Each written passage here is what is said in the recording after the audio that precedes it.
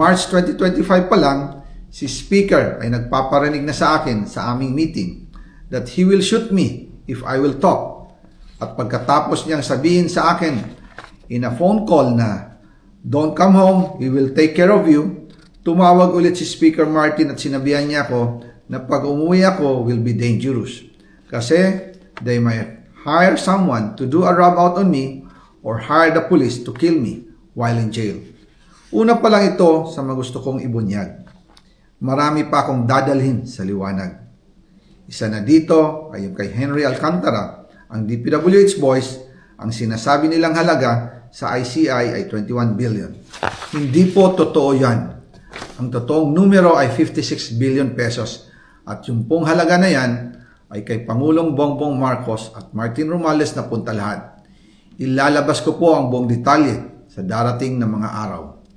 Kaunting pasensya pa po.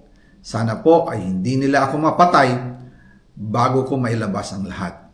Sa inyong lahat sa Pilipinas, lalong-lalo na sa aking pamilya, taos-puso akong humihingi ng paumanhin. Ginawa ko lang ang utos sa akin, pero ngayon, handa na akong harapin ang lahat. Uulitin ko po, yung pong pera, wala pong napunta sa akin. Dumaan lang po ang pera sa akin para i-deliver kay Speaker Martin Romualdez at Pangulong Marcos. Salamat sa inyong pag-unawa.